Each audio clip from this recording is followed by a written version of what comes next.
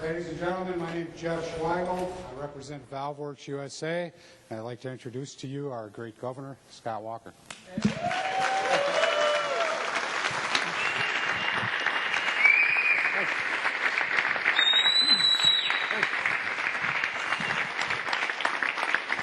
Well, thanks, Jeff, and thanks to excuse me, all the great employees at ValveWorks USA.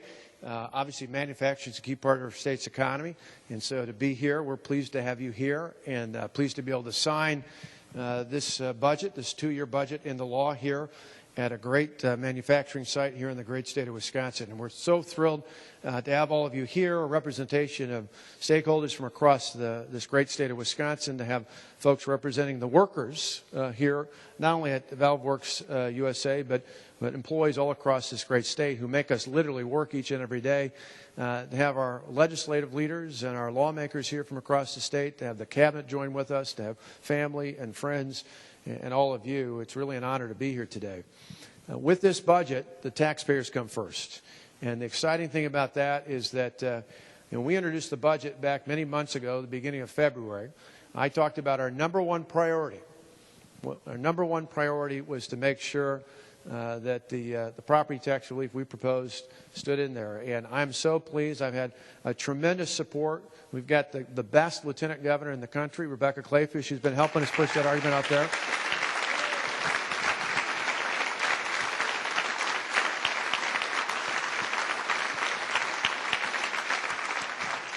And we've had tremendous support from members of the legislature who, all throughout this process, I said, you know, there's always going to be changes out there, but in the end, they helped us keep intact property tax. And think about how amazing that is. For the fifth and sixth year in a row, property taxes on a typical home will go down in the state of Wisconsin. Where else in the country has that happened?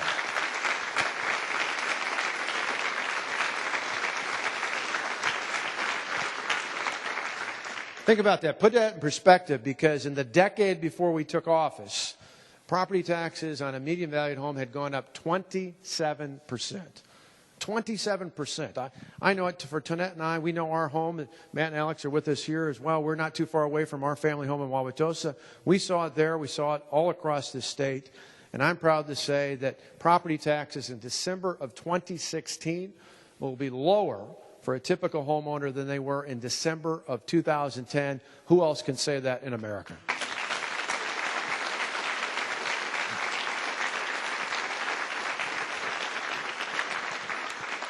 And in this budget, we did it without income tax raises. In fact, we actually took on the marriage penalty and other ways of adjusting the income tax. We did it without sales tax increases. We did it without a gas tax or a vehicle registration fee. We did this with a lot of hard work with the members of the Assembly and the Senate, with our cabinet and our team working together with the legislature, and we really appreciate all the hard work and dedication that was put into this. But it's more than just tax relief.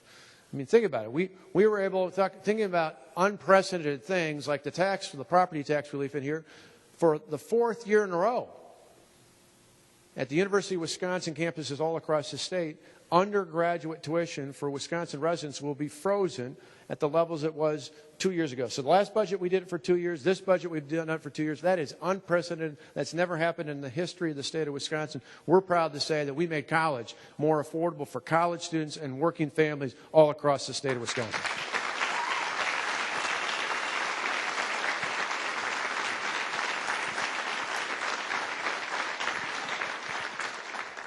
And not just for higher education, but we put more resources into K through 12 education in this budget. We put in place more choices, more quality choices for families, because I trust parents to make the right decision for their families and their children. Think about it. I know that, like so many people here, I believe that every child in the state, regardless of where they come from, regardless of what zip code they live in, every child deserves access to a great education. Be it at a traditional public school, a charter school, a choice school, private school, a virtual school, a homeschool environment, every child deserves access to a great education. In this budget, we put in place more choices and more resources to make sure the children in this state get a great education.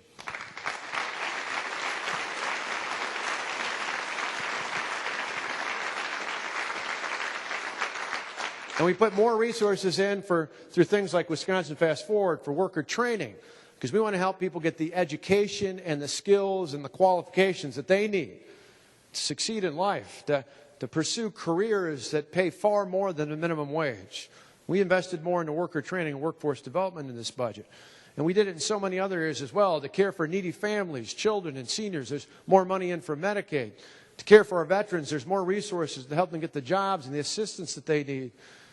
To make sure that we can help move more people from government dependence into true independence. You know, 2 years ago, we put in place in the last budget a program that says if you're an adult who's able to work and you want to get a welfare check in our state, you've got to be enrolled in one of our employability training programs. Well, this budget, we took it a step further. I campaigned on this last year, and we said we're going to make sure that people not only get the employability skills they need to get hired, we're going to make sure they're free of drugs, because we know if they're free of drugs and they know how to have basic employability skills, we can find a job for anyone in the state of Wisconsin.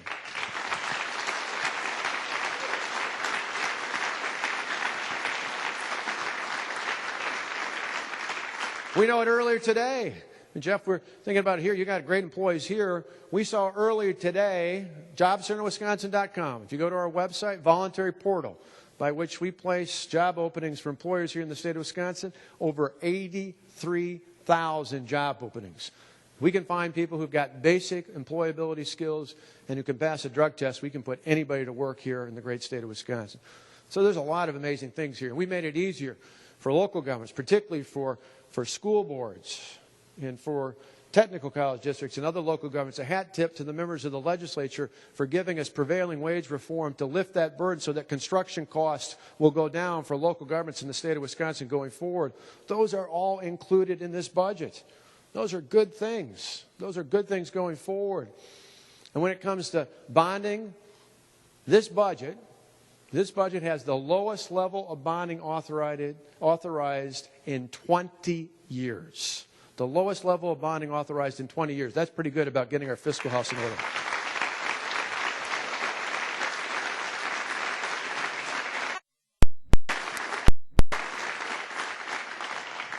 And one last thing on timing. Just so it's clear, lawmakers appreciate this, but just so that it's clear. Since 1983, and I just came earlier today, I was down in Delavan, Wisconsin, where I was raised. I was actually at the McDonald's there where I used to flip hamburgers as a kid. In 1983, I was working in high school at McDonald's to save up money for college. Since 1983, there have been three budgets that have been signed into law before July 19th. Two of those budgets I signed over the last 4 years. In a moment, this will be the fourth budget signed before July 19th since 1983.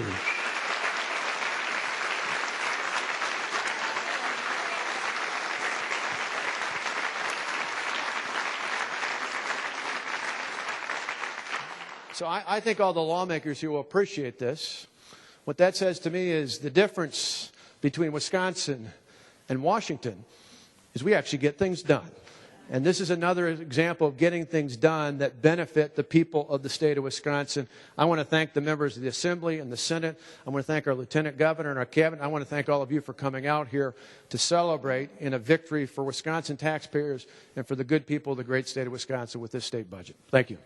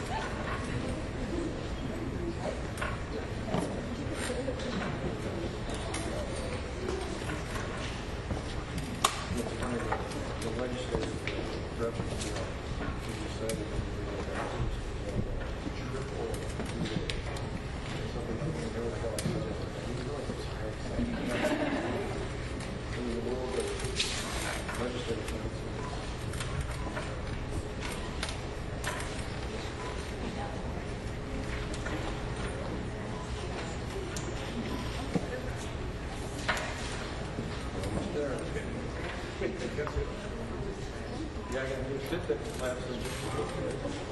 should be going to